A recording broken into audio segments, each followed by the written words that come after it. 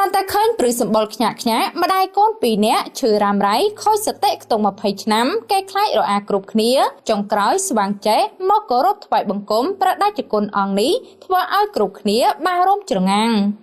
កាលពីម្សិលមិញពួកគាត់បានជួបព្រះសង្ឃល្បីរន្ទឺមួយអង្គដែលល្បីខ្លាំងបំផុតខាងទូទាយប្រព្រំលើករិស័យព្រះតេជគុណនីសុវណ្ណមณีរ៉េតបានទៅដល់ផ្ទះគាត់ដោយចៃដន្យនៅភូមិឃុំស្រុកខេត្តកំពង់ឆ្នាំងព្រះអង្គក៏រលែកទៅឃើញក៏ត្រូវបានគេប្រាប់ថាព្រះអង្គកុំទៅចិត្តពួកគាត់ឲ្យសោះព្រោះតែកាច់ណាតែទោះជាយ៉ាងណាក្តីព្រះអង្គមិនបានខ្វល់ឡើយហើយបានដើរទៅចិត្តរួចព្រះអង្គគ្រាន់តែយកដៃស្ទាបត្រង់បេះដូងព្រះអង្គព្រមទាំងញញឹមដោយសេចក្តីជ្រះថ្លានិងបរិសុទ្ធហាក់ចង់ពោលប្រាប់ឲ្យតាំងស្មារតីធ្វើចិត្តឲ្យស្ងប់ទម្លាក់ចុះភាពម៉ងសៅស្រវាចាប់ព្រះធម៌ដាក់ក្នុងខ្លួនភ្លាមនោះបែរជាធ្វើឲ្យម្ដាយកូនសតិមិនល្អទាំងពីរនាក់នោះលុតជង្គង់ក្រាបដល់ដីថ្វាយបង្គំ3ដងប្រកបដោយភាពទន់ភ្លន់ហាក់ដឹងស្វាងសេចក្តីដែលជាហេតុដល់ភ្ញាក់ផ្អើលមួយធ្វើឲ្យគ្រប់គ្នាក្តុកក្តួលផងព្រឺសម្បុរផងហាក់បីដូចជាអភិនិហាដ៏អស្ចារ្យរបស់ព្រះតេជគុណចិត្តធរអង្គនេះក្រោយមកដោយសេចក្តីអាណិតអាសូរប្រោះមេត្តាព្រះតេជគុណចិត្តសប្បុរសនីសុវណ្ណមณีរ៉េត